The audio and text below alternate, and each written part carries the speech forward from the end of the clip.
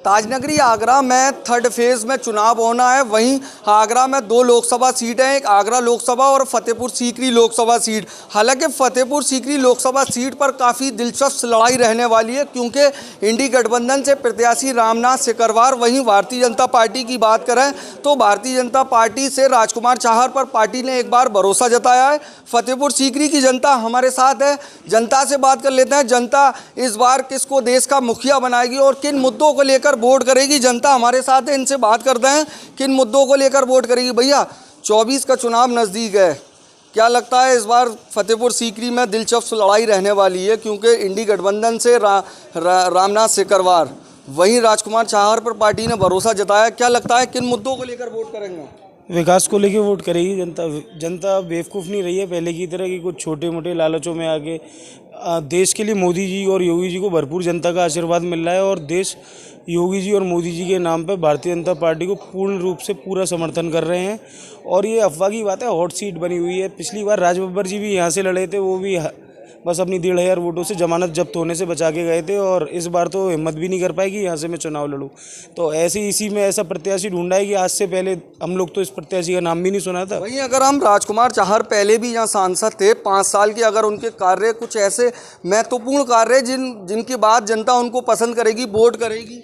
एक मैं आपको बताता हूँ, हमारे यहाँ जो मेरे को देखता आ रहा था, अकबर के समय से पानी की बहुत बड़ी मुसीबत इस लोकसभा क्षेत्र की बनी हुई थी। तो उसको आज से 2009 से यहाँ पे और भी सांसद रहे, बाबूलाल जी भी सांसद रहे और भी लोग रहे, तो पानी की समस्या का कोई हल नहीं मिल पा रहा था। उसका हल माननीय सांसद जी ने उसको भी करा। 4,000 करोड़ की इतनी बड़ी योजना माननीय जो फतेहपुर सीकरी में हमने भी तमाम जनता से बात की, वहाँ पर अकबर के ज़माने से पानी की बड़ी समस्या देखी जाती थी। जो राजकुमार चाहर सांसद थे, उन्होंने वहाँ पानी का जो समस्या थी उसका समाधान किया। और भी लोग हैं, इनसे बात कर लेते हैं।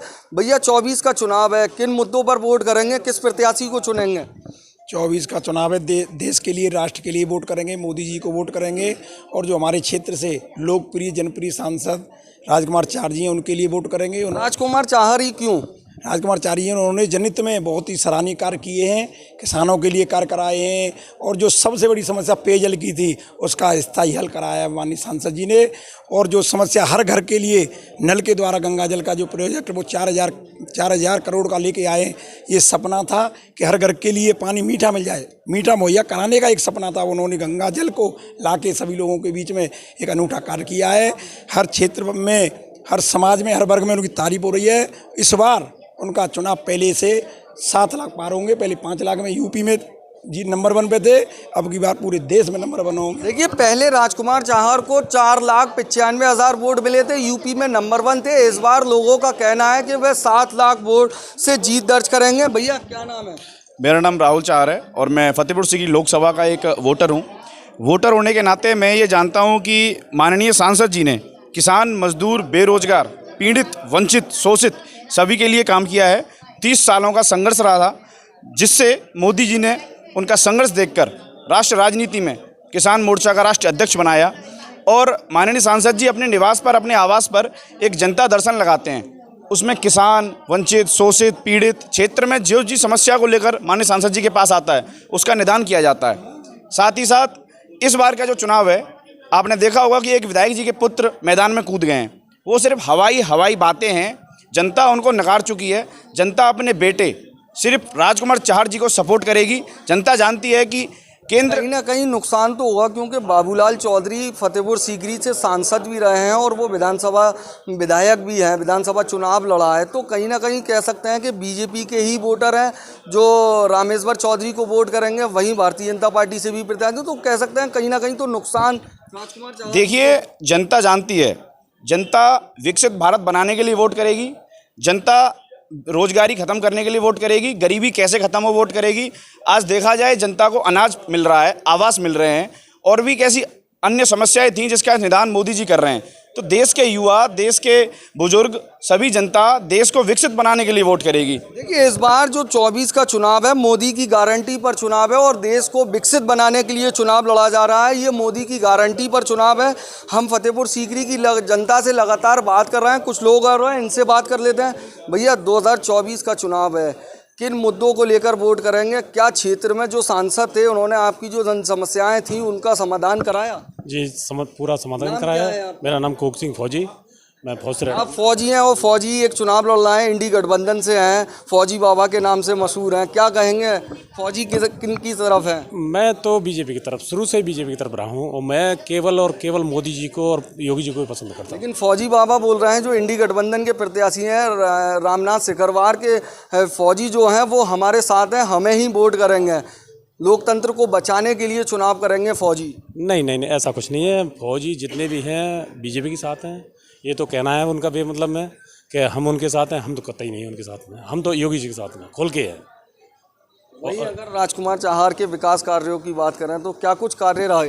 नहीं, भाई साहब ने इतने बढ़िया कार्य कराए हैं सांसद जी ने के क्षेत्र में। सबसे बढ़िया मैं तो एक चीज़ कहूँगा कि जब भी सांसद जी के पास में कोई आया, दुख तकलीफ समझिए, अपना समझाए और किसी को निराश नहीं दिया आज तक। देखिए हमारे साथ कुछ लोग और हैं। क्या नाम है आपका? मगन गोस्वामी।